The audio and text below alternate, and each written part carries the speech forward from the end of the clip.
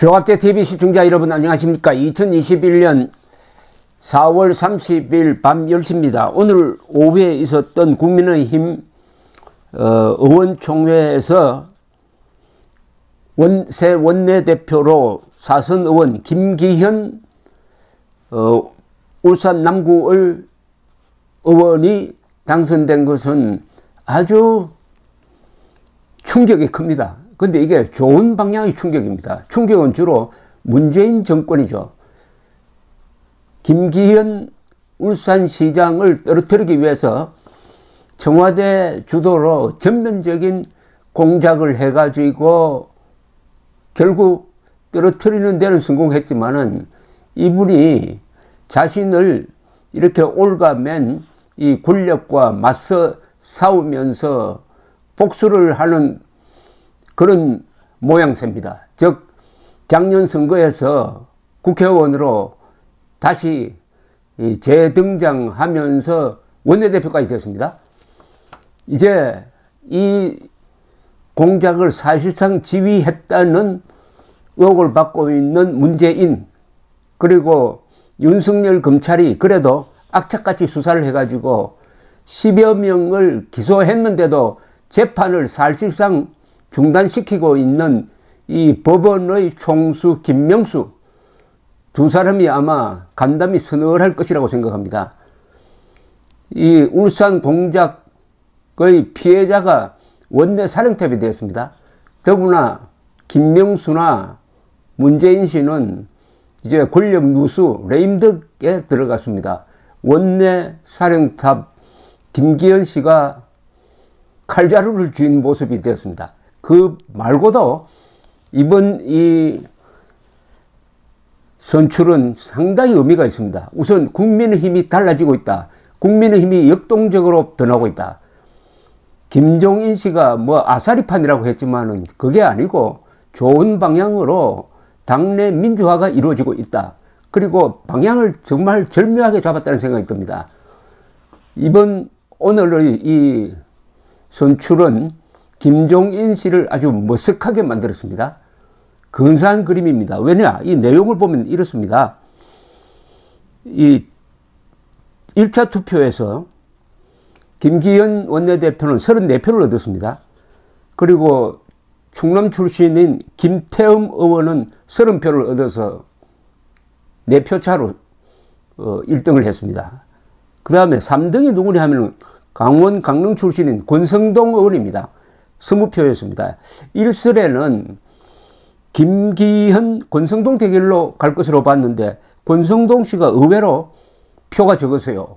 그 다음에 유어동 경기 평택을 출신, 이분은 17표를 받았는데, 여기서 보면은 첫째 김기현 원내대표는 박근혜 탄핵에 아무 관계 없는 사람입니다. 왜냐하면 그때 울산시장이었습니다. 그런데 김태흠 의원은 탄핵에 반대했던 사람입니다. 권성동 의원은 탄핵에 찬성했고 탄핵 소추위원장까지 했던 사람입니다. 유어동 의원도 탄핵 찬성입니다. 그런데 탄핵 찬성보다는 탄핵 반대했거나 탄핵에 관계없는 두 사람이 다수표를 얻었다 이겁니다. 그리고 결선투표로 가서는 김기현 씨가 66표, 2등한 김태흠 34표, 김태흠, 김기현 둘 다 탄핵과 관계없는 사람. 그러니까 탄핵에 가담하지 않은 사람입니다. 탄핵에 가담하지 않은 사람이 1등, 2등 했다. 이것은 국민의힘이 가지고 있는 저는 양식, 균형 감각이라고 생각합니다. 역시 탄핵을 주도했던 사람, 박근혜 탄핵을 주도했던 사람이 당의 간판이 되는 것은 안 된다. 이런 결의 아닐까요? 이게 당대표로까지 영향을 줄지는 그건 잘 모르겠습니다만은 어쨌든 1차적으로 그런 의미가 있다는 말씀을 드리고 싶습니다. 김기현 씨가 원내대표로 뽑히면서 이제 이 당대표 선거가 상당히 좀 불투명하게 되었습니다. 지금까지는 주호영 원내대표가 당대표로 출마하면은 선두주자가 될 것이라고 봤는데, 김기현 씨가 PK 출신이고 주호영 씨는 TK 출신, 대구 출신이라 이겁니다. 그러니까 경상도 일색으로 가면 되겠느냐 하는 데 대한 나름대로 균형 감각이 발동하는 것 같습니다. 그래서 이 틈을 타고 나경원, 서울 출신인 나경원 전 의원이 당대표에 도전할 것이다. 그럼 주호영 대 나경원 대결이 되지 않을까 하는 이야기가 벌써 나오기 시작했습니다.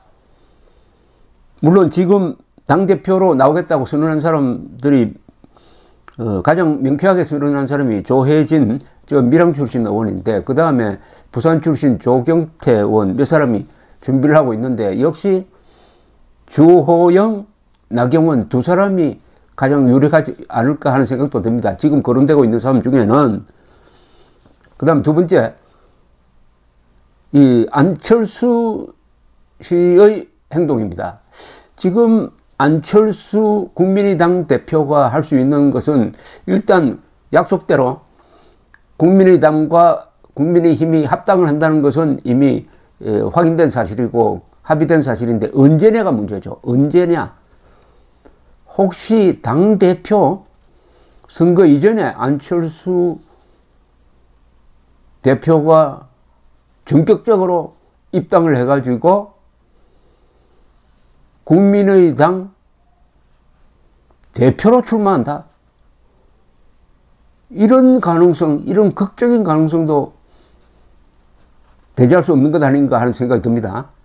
상상력, 정치적 상상력을 동원한다면, 당대표가 아니면 지금 안철수 씨의 선택은 국민의당 당대표, 국민의힘입니다. 국민의힘 당대표냐, 아니면은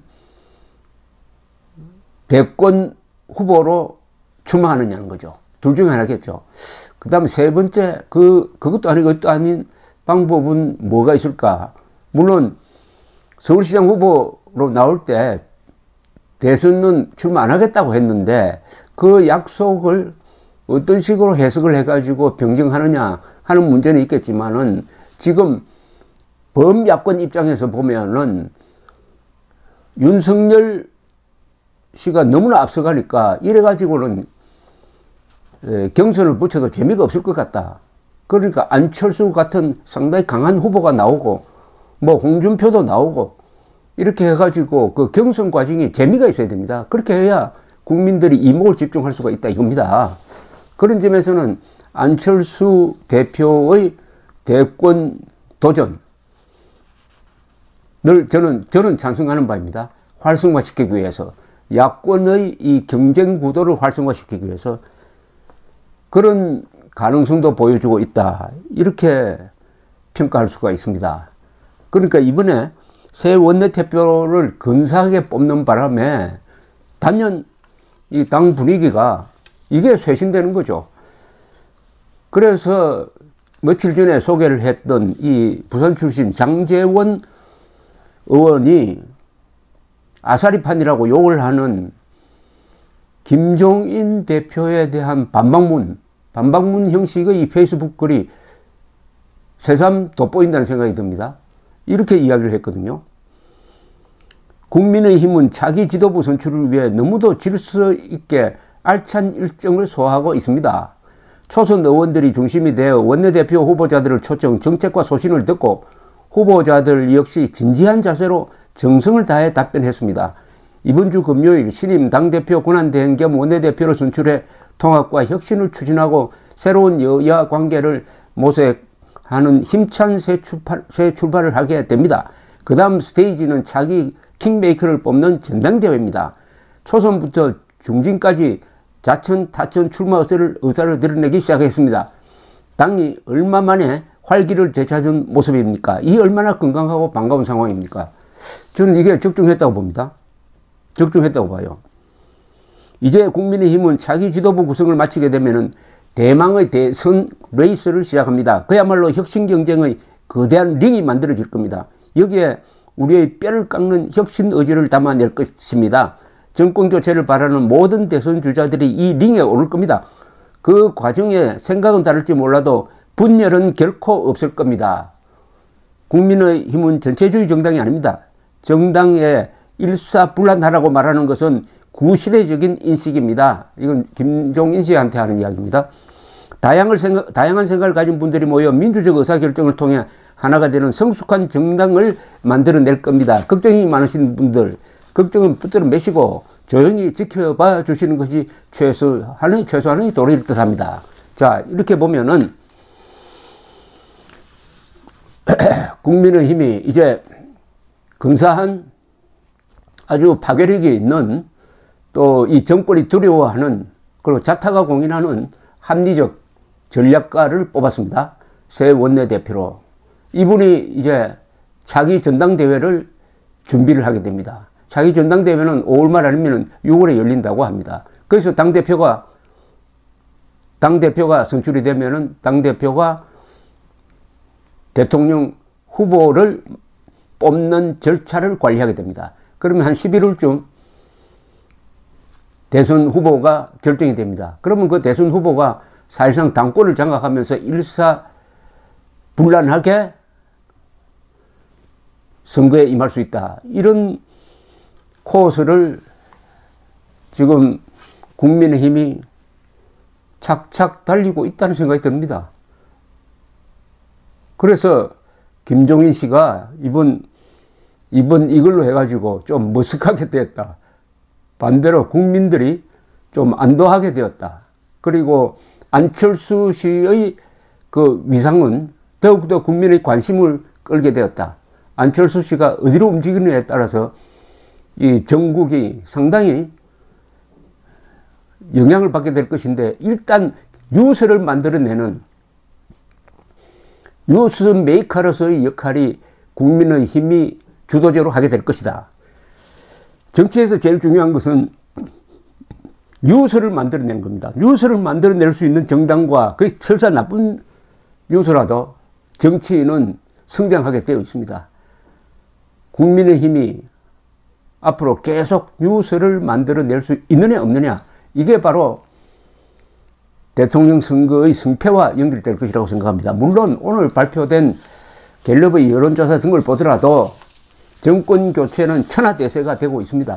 천하대세라는 것은 거대한 흐름이라서 이거 꼼수로서 잘 뒤집기 힘듭니다. 오늘 이루어지는 일, 내일 이루어지는 일이 축적이 돼가지고 3월 9일 선거 결과를 만들어낸다는 점, 그런 점에서 오늘의 성과는 아마 정권 교체를 천하대세로 만드는데 상당히 기여를 했을 것이라고 저는 판단합니다. 감사합니다.